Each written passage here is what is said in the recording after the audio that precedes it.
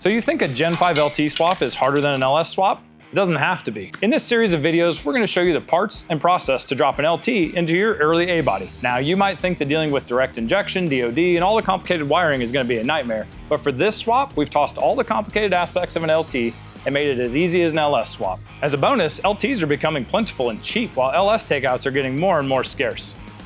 Personally, I've done countless swaps, 4 in this car alone, working with our parts through every step of the process. At ICT Billet, we live and breathe swaps, engineering mounts, wiring adapters, front accessory brackets, making sure everything fits perfectly the first time, which keeps you from wasting time and money on the wrong parts, so you can take advantage of this next generation engine now. Let's get right into the details of the car, how we prep the engine, and get this thing dropped in. So we're unloading this 67 Chevelle here today. We're going to work on a swap for a Gen 5 LT program. I love pushing a car with a spool, said no one ever. First Jordan here in the engineering group. It's gonna mark up the engine bay and scan this. So we're gonna get that data to help educate us on other swaps and things, and then get that LT1 in this car. So first let's talk about the car. This car is pretty basic, still has the Gen 1 small block Chevy frame stands. It has the all factory power steering and all steering linkage here intact. It has a factory style replacement radiator and electric fans, and the factory steel inner fender wells. As far as the engine goes, it's a 6.2 liter LT out of a 2016 Camaro.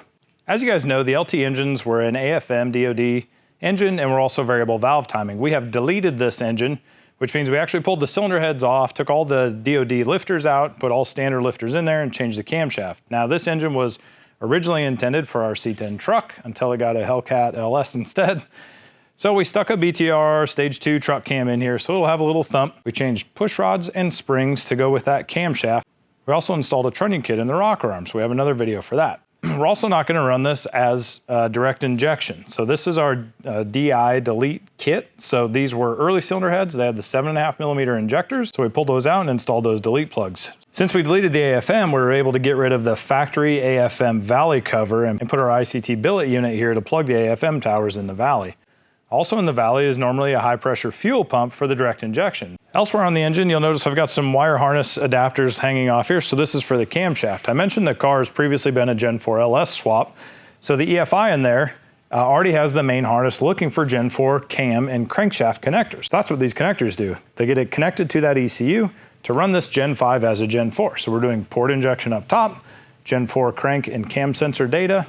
This is going to be a piece of cake to get swapped in here. Other things as far as prepping this engine goes, the factory Camaro pan is very long front to back and it wouldn't fit in this chassis. So we got the Holley 302-20 oil pan and installed that on the lower end of the engine. Last thing for actually swapping it in the car is our 551-363X motor mount adapter plates that adapt from the LT pattern to the traditional Gen 1 small block Chevy. Then we used a set of Moroso solid engine mounts to get it the rest of the way home. It's going to interface perfectly in the frame of this car. Our initial vision for front accessories on this is to use a truck layout. So we put the taller truck harmonic balancer on here. We use a truck water pump, power steering pump, and alternator on this, and we'll see how that lays out in the engine. So let's pop the hood off this thing and get that LT set in the car.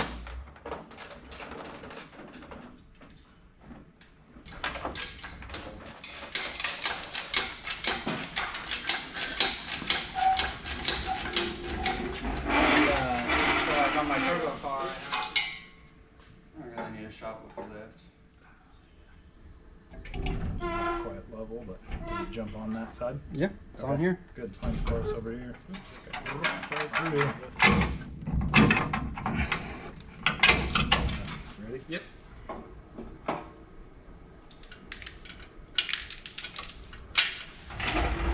So I suppose before we worry about test fitting manifolds or headers in this thing, let's just talk about how the engine looks in the engine bay now that it's fully installed here and the transmission cross members in. So now all the angles, all the tippage and everything is just right.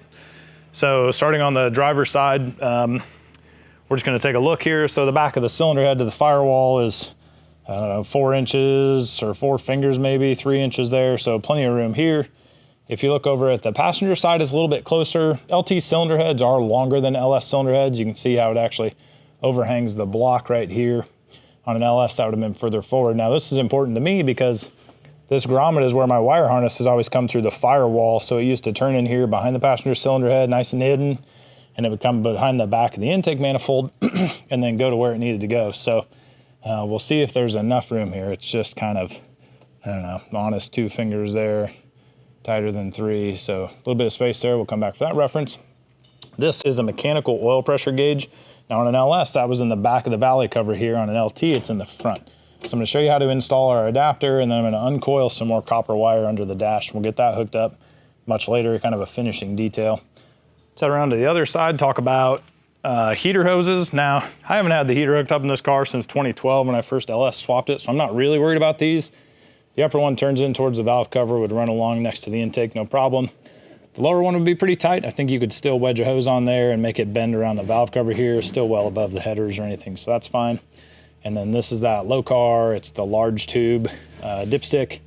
So I stick it on a screw, one of these lower heater box bolts or studs, so that's okay. I had cut that to length there.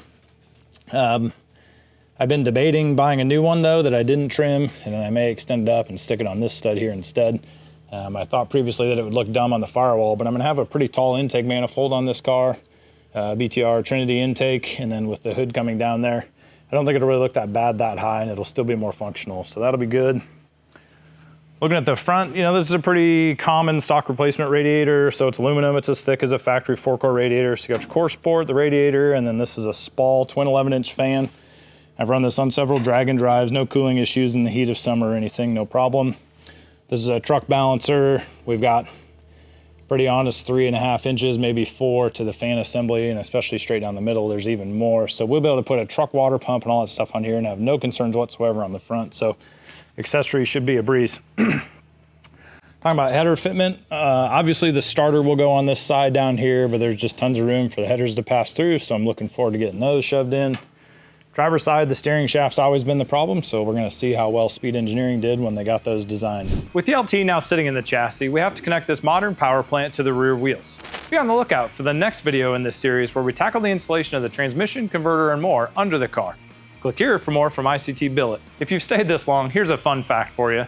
The first speeding ticket was issued in 1896 for a man who was driving 8 miles per hour, which was 6 over the speed limit of 2.